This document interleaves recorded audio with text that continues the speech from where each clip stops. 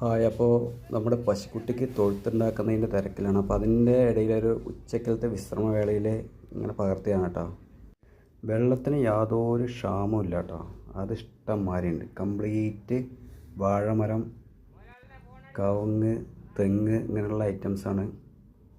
അതിനിടയിൽ നല്ല കുറ്റിപ്പയർ കണ്ടോ. കുറ്റിപ്പയറുണ്ട് കേട്ടോ. പയറായി വരുന്നുള്ളൂ. അതിനിടയിൽ കണ്ട ഒരു ചെറിയൊരു പുൽപ്പോന്ന് നിൽക്കുന്നത് കണ്ടോ. പച്ച പുൽപ്പോന്ന്. ഇതുപോലുള്ള സ്ഥലങ്ങളൊക്കെ ഇഷ്ടമുള്ളവർക്കൊന്ന് കമൻറ്റ് ചെയ്യാം കേട്ടോ.